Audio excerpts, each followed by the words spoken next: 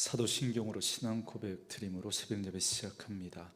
전능하사 천지를 만드신 하나님 아버지를 내가 믿사오며 그 외아들 우리 주 예수 그리스도를 믿사오니 이는 성령으로 잉태하사 동정녀 마리아에게 나시고 본디오 빌라도에게 고난을 받으사 십자가에 못 박혀 죽으시고 장사한 지 사흘 만에 죽은 자 가운데서 다시 살아나시며 하늘에 오르사 전능하신 하나님 우편에 앉아 계시다가 저리로서 산자와 죽은 자를 심판하러 오시리라.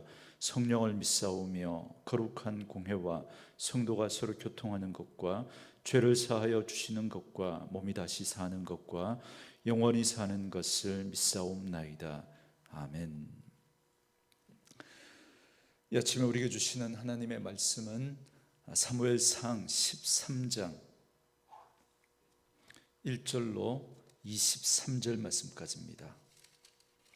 사무엘상 13장 1절로 마지막 23절 말씀까지 말씀 찾으셨으면 한 목소리로 같이 읽습니다.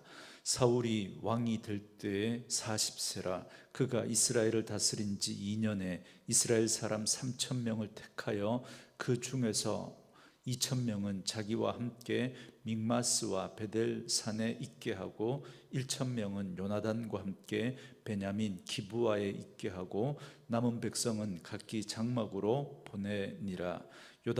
요나단이 게바에 있는 블레셋 사람의 수비대를 치매 블레셋 사람이 이를 들은지라 사울이 온 땅에 나팔을 불어 이르되 히브리 사람들은 들으라 하니 온 이스라엘이 사울이 블레셋 사람들의 수비대를 친 것과 이스라엘이 블레셋 사람들의 미움을 받게 되었다 함을 듣고 그 백성이 길갈로 모여 사울을 따르니라.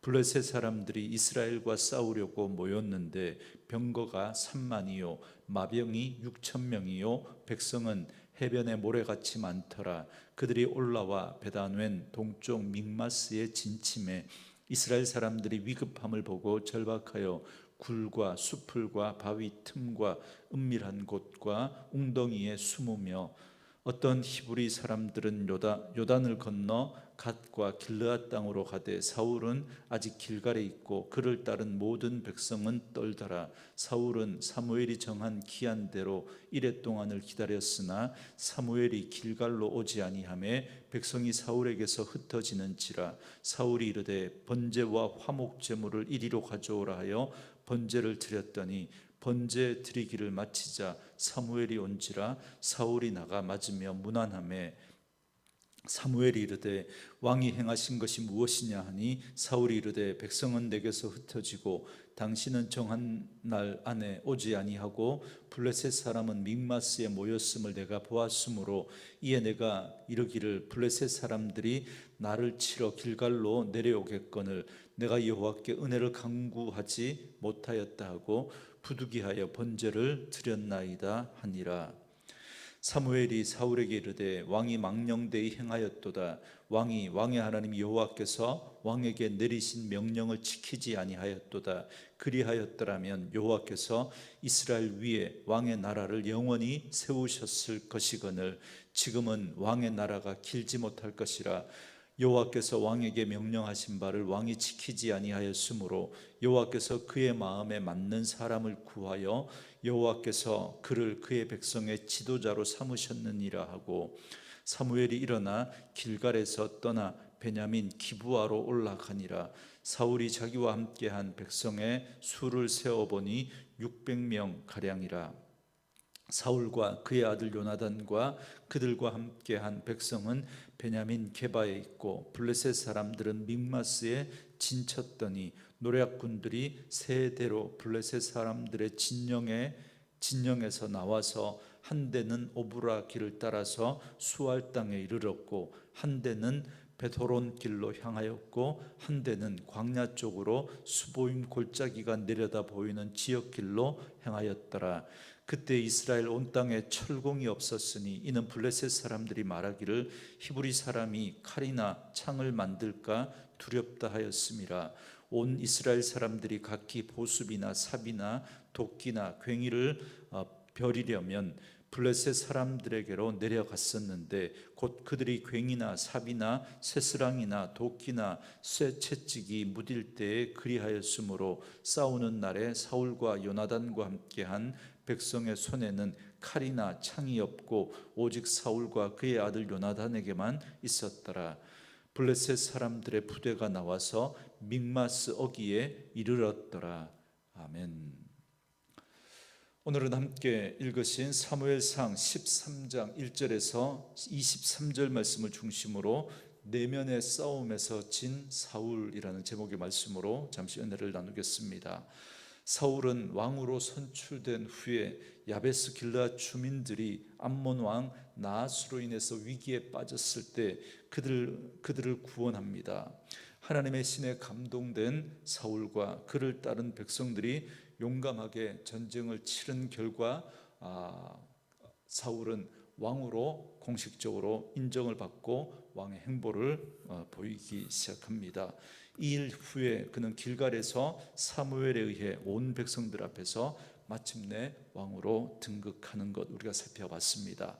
그렇지만 그는 왕위에 등극한 지 얼마 지나지 않아서 하나님으로부터 버림을 받습니다. 오늘 본문이 바로 그 내용을 기록하고 있는데요.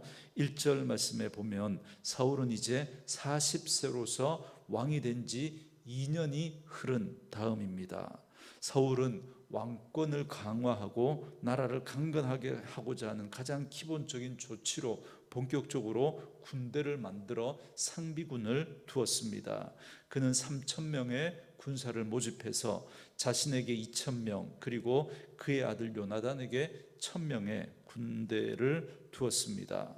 3,000명이면 큰 숫자는 아니지만 앞서 11장에서 보듯이 이스라엘은 유사시 3만 명 이상의 군대를 동원할 수 있었습니다. 그러니까 오늘날 개념으로 보면 현역 군인은 3,000명이고 예비군이 최소한 30만 명 정도였다. 그렇게 보면 되겠습니다. 그런데 3절에 보면 사건이 터집니다. 요나단이 게바에 있는 블레셋 사람의 수비대를 치매 블레셋 사람이 이를 들은지라 사울이 온 땅에 나팔을 불어 이르되 히브리 사람들은 들으라 하니 그럽니다. 사울의 아들 요나단은 군대를 이끌고 먼저 블레셋을 선제 공격합니다.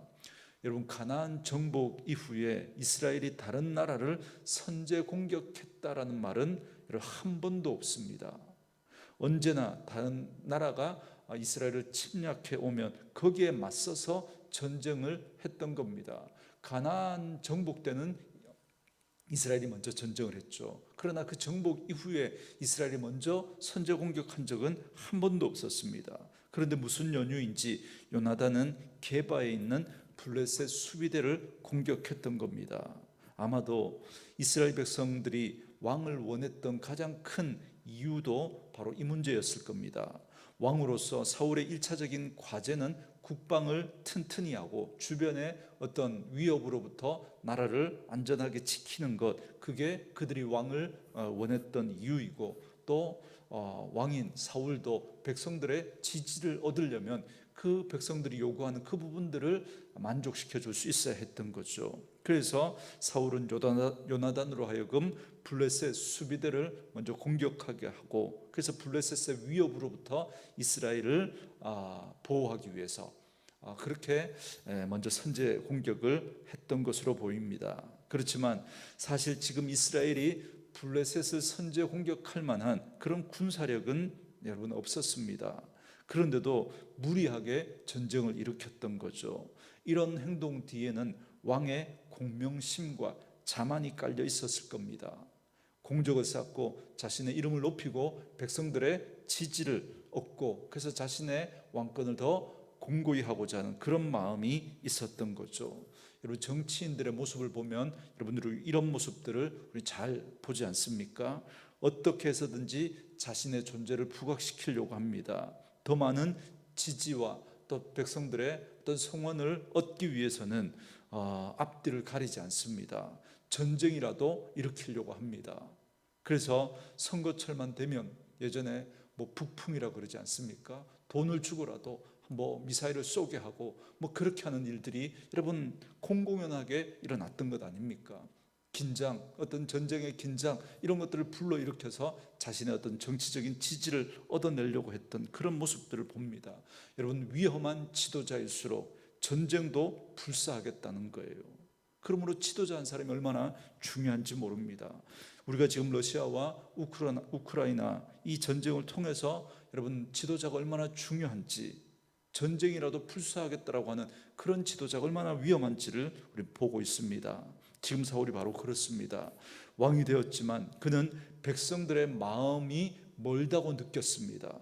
초조해졌던 거죠. 그러니 이스라엘 백성들이 가장 싫어하는 그 블레셋을 공격해서 백성들의 지지를 호소하고자 했던 겁니다. 그리고 그의 계산은 맞아떨어지는 것 같았습니다. 4절에 보면 블레셋과의 전쟁이 일어났다는 소식에 온 이스라엘이 길갈로 모였습니다. 그러나 이는 사울의 공명심이 화를 자초한 겁니다. 이스라엘 백성들이 여러분 어떻게 됩니까? 5절 이하에 보면 블레셋의 강력한 군대가 진을 치는 것을 보면서 다 도망가 버립니다. 그들은 병거가 3만이고 마병이 6천이다 그럽니다. 이스라엘은 단 한 마리의 군마도 없었던 시절입니다. 블레셋의 6천의 기병이니까 오늘날 우리로 이야기하면 탱크가 6,000대 정도 되는 거예요.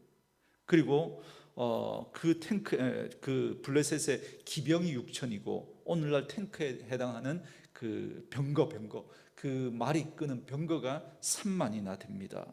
출애굽 당시 애굽의 왕이 이스라엘을 추격해 올 때 그때 병거가 300이었습니다. 300. 그런데 오늘 이 3만 명의 병거라 그러면 이건 어마어마한 그런 숫자 아닙니까? 여러분 이스라엘은 아직 철기 문명이 아닙니다.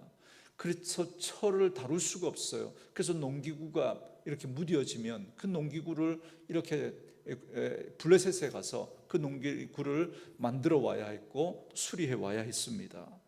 그러나 이미 블레셋은 강력한 철기 문명을 바탕으로 하고 있었던 거죠. 칼이라고 해봐야 사울과 요나단 정도만 칼을 가지고 있었고 전쟁에 참여했던 이스라엘 백성들을 보면 그냥 농기구 들고 삽과 보습이나 이런 걸 들고 지금 전쟁에 참여한 겁니다.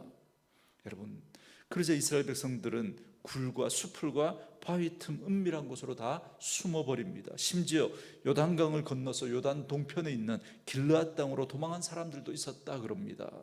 블레셋의 어마어마한 그 군대를 보고는 전의를 상실한 거죠. 이스라엘 백성들로서는 블레셋과 정면으로 싸워서 이길 승산이 없었던 겁니다.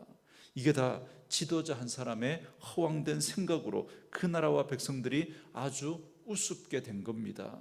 여러분 이 백성들이 어떤 백성들입니까? 하나님의 백성이지 않습니까? 하나님의 약속으로 세워진 나라이고 하나님이 그들의 왕이 되시는 나라입니다. 그런데 인간적인 계획과 생각만 가득하니까 그 사울이라고 하는 그 왕을 세웠는데 하나님을 왕으로 인정하지 않고 자기만 생각한 거예요. 자기만 어떻게 하면 자신의 그 정치적인 입지를 더 강하게 하고 백성들의 지지를 얻어낼까 그렇게 생각하고 전쟁이라도 불사하고 그래서 백성들의 마음을 얻어내려고 했던 그 결과 지금 하나님의 백성이 이 블레셋 앞에서 우스운 꼴을 당하고 있는 겁니다. 그런데 이제 다급해진 사울은 어떻게 합니까? 7절에서 8절에 보면 사울은 길갈에 있는데 그와 함께한 자들은 두려움에 떨었고 백성들은 흩어지기 시작했습니다. 결국 조급한 마음에 큰 잘못을 범하고 맙니다. 그건 바로 사무엘을 기다리지 못하고 하나님 앞에서 제사를 드린 겁니다. 그런데 번제를 마치자마자 그렇게도 기다려도 오지 않았던 사무엘이 와서 그를 책망합니다. 이때라도 사울이 뉘우치고 회개했으면 좋았을 텐데 사울은 핑계만 늘어놓습니다. 11절과 12절 말씀에 사무엘이 이르되 왕이 행하신 것이 무엇이냐 하니 사울이 이르되 백성은 내게서 흩어지고 당신은 정한 날 안에 오지 아니하고 블레셋 사람은 믹마스에 모였음을 내가 보았으므로 이에 내가 이르기를 블레셋 사람들이 나를 치러 길갈로 내려오겠거늘 내가 여호와께 은혜를 간구하지 못하였다 하고 부득이하여 번제를 드렸나이다 하니라 그럽니다. 여러분, 이 사울의 말을 잘 들어보셔야 됩니다. 보통 우리는 사울이 사무엘을 대신해서 제사를 드린 것이 잘못이다 그렇게 생각하지만 그렇지 않습니다. 여러분, 이건 믿음을 방법의 문제로 보니까 우리가 이런 착각을 하게 되는 겁니다. 왜냐하면 아무리 사무엘이라고 해도 그가 직접 제사를 집례하지는 못했을 겁니다. 제사는 그와 함께 있던 제사장들이 함께 드렸을 겁니다. 그러면 사울의 잘못이 무엇입니까? 방법의 문제이기 전에 동기, 마음의 문제인 거죠. 제가 지금 잠깐 언급을 잘못했는데 아무리 사울이라도 그 왕이라도 그 제사를 자기가 직접 집례하지는 못하고 그 다른 제사장을 데리고 와서 그렇게 아마 제사를 드렸을 겁니다.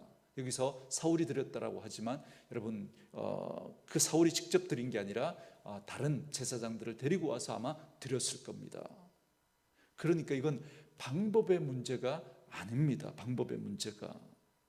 사울이 했던 잘못이 뭐냐면 방법의 문제이기 전에 그 제사를 드린 동기, 마음의 문제인 거예요. 마음의 문제. 바로 제사를 드리는 목적이 잘못된 겁니다.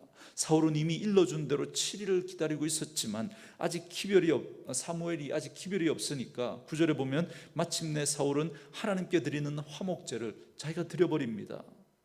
여러분, 전쟁의 승리를 위해서 자신이 생각한 타이밍을 놓칠 수가 없어서 그는 자기가 직접 제사를 드려버린 겁니다. 사울이 드린 그 제사의 목적이 무엇인지를 우리는 여기서 알 수 있습니다. 화목제나 번제는 결코 전쟁의 승리를 위해서 드리는 제사가 아닙니다. 그러나 사울은 자신의 목적을 위해서 하나님의 뜻과는 상관없이 제사를 드려버린 겁니다. 하나님의 말씀에 대한 그 사울의 중심이 무엇인지를 우리는 이 사건을 통해서 볼 수 있는 거예요. 제사의 목적은 다름 아닌 하나님입니다. 하나님. 사람의 어떤 필요가 목적이 아닙니다. 그건 여러분, 다른 이방 신들에게 제사하는, 무당이나 하는, 여러분, 그것이 바로 여러분 그것 아닙니까? 자신이 원하는 목적을 얻어내기 위해서 구판을 벌입니다. 여러분, 이스라엘의 제사는 하나님의 영광을 위해서, 하나님을 위해서 드리는 것이죠. 하나님이 내 삶의 주인이심을 인정하는 것입니다. 그런데 사울의 모습을 보십시오. 사울은 그게 아닙니다. 사무엘 선지자를 기다릴 수 없어서 드렸다 그럽니다. 하나님이 이 제사를 받으시고 내가 원하는 소원을 이루어 달라는 거예요. 내가 원하는 타이밍에 내가 원하는 목적을 하나님이 내가 드리는 이 제사를 받고 그 원하는 것을 틀어달라는 겁니다. 블레셋이 길갈로 쳐들어오지 못하도록 해달라는 거예요. 사울의 이런 태도는 엘리 제사장 때 블레셋과 전쟁을 위해서 언약궤를 메고 나갔던 그 이스라엘 백성들의 모습과 다르지 않습니다. 사울은 사무엘 선지자를 기다려야 했습니다. 처음부터 이 전쟁이 잘못 시작된 거예요. 지금이라도 회개하고 하나님의 뜻에 순종했어야 합니다. 그러나 그는 회개하지도 않았고, 그리고 그는 자기가 원하는 그 결과를 얻어내려고 하는 그 초급한 마음에 그는 하나님의 말씀을 듣고 하나님의 뜻을 따라 움직여야 하는 그런 자신의 신분을 망각해버리고 자기 마음대로 자기 생각대로 일을 벌인 겁니다. 그래서 번제마저도 화목제마저도 자기 생각대로 자기 뜻대로 드려버린 거죠. 그렇지만 사울은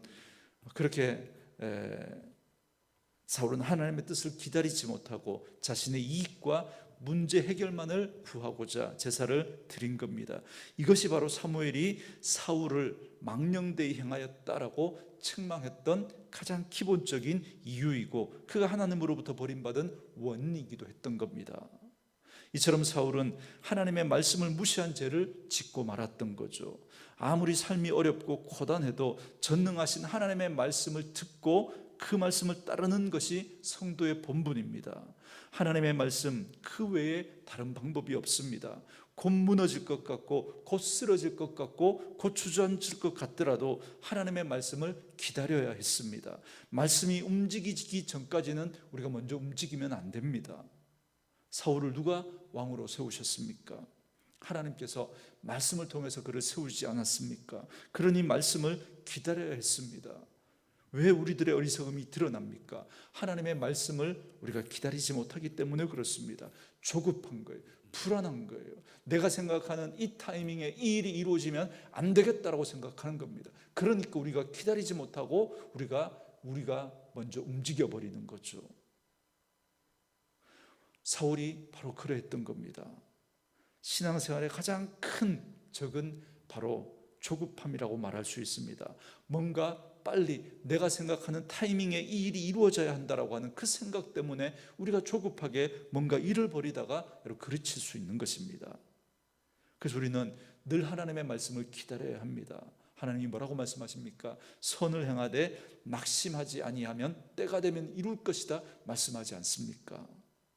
그런데 우리가 기다리지 못하는 거예요. 하나님의 방법대로 일이 될 것 같지 않은 거예요. 내가 생각하는 이 방법으로, 내가 생각하는 타이밍에 이 일이 이루어져야 뭔가 일이 될 거라고 생각하는 겁니다. 그 조급함이 결국 무리수를 두게 되고 그것이 결국 하나님의 일을 그르치고 마는 겁니다. 이제 15절 이하에 보면 사무엘도 떠나고 백성들도 다 떠나고 사울과 함께한 사람은 600명밖에 남지 않습니다. 또한 그들에게 주어진 무기는 보습이나 삽이나 도끼나 괭이 같은 이 농기구였고 칼은 오로지 사울과 요나단에게만 있습니다. 도대체 이런 군사력으로 어떻게 블레셋을 상대할 수 있겠습니까? 그렇지만 항상 하나님은 인간을 무력하게 하시고 그리고 승리를 주십니다. 무기가 없어도 오로지 하나님 편에 서면 승리를 허락하십니다. 전쟁의 승리는 우리가 얻는 것이 아니라 그 전쟁은 하나님께 속했기 때문에 그렇습니다. 본문은 그야말로 무기력해진 그 이스라엘과 사울과 요나단의 모습을 보여주면서 바로 이때가 하나님이 싸우신다라는 사실을 말해주고 있습니다. 사무엘은 사울이 전쟁에 앞서 드린 제사를 망령되다 그렇게 말씀하지 않습니까? 그 이유는 단지 사무엘과의 그 약속의 시간을 지키지 않아서가 아닙니다. 제사장이 드려야 할 제사를 왕이 자격 없이 드려서만도 아닙니다. 사무엘은 하나님이 왕에게 명한 그 말씀을 지키지 않았기 때문이다라고 13절에 말씀하고 있습니다. 여러분, 우리가 이미 앞에서 봤지 않습니까? 왕을 세우면서도 하나님이 뭐라고 말씀하십니까? 이스라엘의 진짜 왕은 하나님이라는 걸 잊지 말아라. 그래서 너희는 그 하나님 경외하고 하나님의 말씀에 순종하라고 그렇게 말씀하지 않았습니까? 여호와를 경외하여 그를 섬기며 그의 목소리를 듣고 여호와의 명령을 거역하지 아니하면 하나님 여호와를 따르면 하나님께서 그와 함께 하시겠다고 약속했는데, 그런데 사울은 그렇게 하지 않았던 거예요. 하나님만 바라보고 하나님을 기다려야 했었는데 그렇게 하지 못했던 겁니다. 주의 말씀을 기억하고 주를 따르기 위해서 호흡을 가다듬고 기다려야 했습니다. 그리고 하나님께서 허락하신 블레셋과의 그 전쟁을 그렇게 임했어야 했던 거죠. 그러므로 처음부터 그는 잘못되었던 거예요. 그 전쟁을 일으켰던 그 이유도 잘못되었고, 그 전쟁에서 승리하고자 하는 그 마음에 사무엘을 기다리지 못하고 자기가 원하는 타이밍에 자기가 그 제사를 드려버렸던 그런 잘못을 범하고 말았던 것이죠. 이건 하나님께서 사울을 시험했던 겁니다.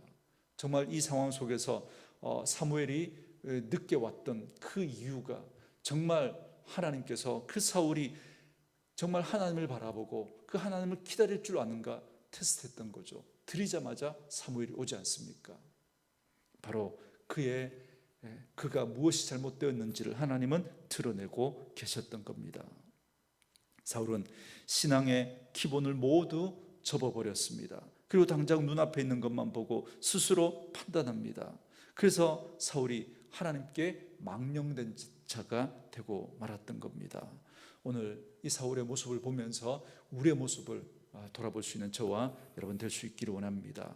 우리는 하나님을 내 삶의 주인으로 인정하고 그 하나님의 뜻에 순종하고 그 하나님만 바라보며 살아가야 합니다. 그런데 그 하나님보다 내 생각이 앞서고 내가 원하는 것을 내가 원하는 타이밍에 내가 원하는 방법으로 얻어내기 위해서 하나님을 수단화하고 그 필요에 의해서 그 하나님을 모셔와서 그렇게 하나님 앞에 예배하고 기도하고 내가 원하는 것을 얻어내려고 하는 그런 잘못된 우리의 모습은 없는지 돌아보시고 오늘도 하나님 앞에서 우리의 중심이 어디에 있는지 그 중심에 내가 있는지 하나님이 있는지 다시 한번 점검해 보시고 그 하나님을 내 인생의 주인으로 모시고 그 하나님의 뜻에 순종하며 살아가는 저와 여러분 되어줄 수 있기를 주님의 이름으로 축원합니다.